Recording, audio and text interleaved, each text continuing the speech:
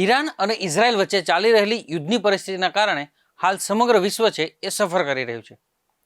દરેક દેશોમાં ક્યાંક ને ક્યાંક પેટ્રોલ, ડીઝલ અને અમુક જરૂરિયાત ચીજોની અછત વર્તાઈ છે.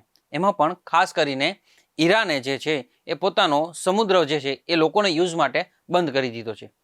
અને આ બધા વચ્ચે હાલ ભારતમાં પણ ક્યાંક ને ક્યાંક પેટ્રોલ, ડીઝલ અને રાંધણ ગેસની અછતની અફવાઓ ચાલી રહી છે. આ બધા વચ્ચે સરકાર પણ પોતાનું છે એ સ્ટેન્ડ લઈ રહ્યું છે અને કહી રહ્યું છે કે લોકોને ગભરાવાની જરૂર નથી. ભારત પાસે પૂરતો સ્ટોક છે. લોકોને જરૂરિયાત મુજબ જરૂરથી પોતાની જે જરૂરિયાતો છે એ પ્રમાણે પેટ્રોલ, ડીઝલ અને રાંધણ ગેસ મળી રહેવાના છે. આ બધી અફવાઓ વચ્ચે ગુજરાતમાં પણ એવી અફવા ફેલાઈ રહી છે કે રાંધણ ગેસ છે એ નથી મળવાનો અને જેના કારણે લોકો એજન્સીની બહાર ગેસના બોટલા લેવા માટે લાઈન લગાવીને ઊભા છે.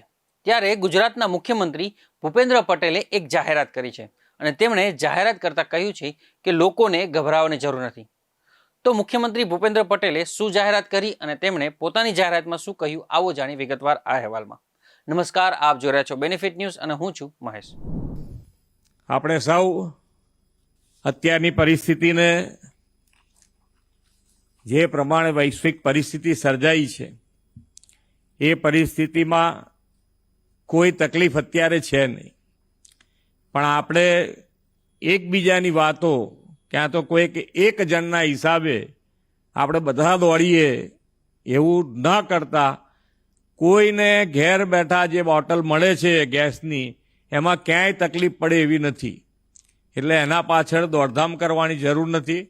કાલે PM સાહેબે કીધું છે, અમે અહીંયાથી કહીએ છીએ કે અમે પણ કે ભાઈ કોઈને રાંધણ ગેસમાં કોઈ તકલીફ પડવાની નથી.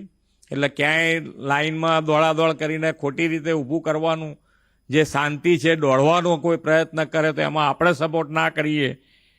કારણ કે આપણે જે વૈશ્વિક પરિસ્થિતિ છે આપણા હાથમાં છે નહીં, પણ છતાંય આપણે બધા તો એકબીજાની સાથે રહીને કામ કરવા ટેવાયેલા છે. આપણે તો માનનીય વડાપ્રધાનશ્રીનો કાર્યમંત્ર છે સૌનો સાથ, સૌનો વિકાસ, સૌનો વિશ્વાસ અને સૌનો પ્રયાસ. આ કાર્યમંત્રથી આપણે કામ કરતા આવ્યા છીએ.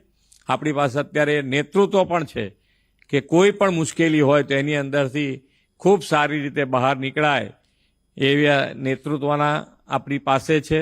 આપણે સૌ સાથે મળીને કામ કરીશું. જે વિકસિત ભારતનો માનનીય વડાપ્રધાનશ્રીનો જે સંકલ્પ છે એ વિકસિત ભારત માટે વિકસિત ગુજરાત, અને વિકસિત ગુજરાતમાં પણ ખેડૂતો, કિસાન એ મજબૂતાઈથી આમાં આગળ આવીને ગુજરાતને ખૂબ સારી રીતે મદદરૂપ થાય એ જ અભ્યર્થના સાથે વિરમું છું. ભારત માતા કી જય, વંદે માતરમ, જય જય ગરવી ગુજરાત.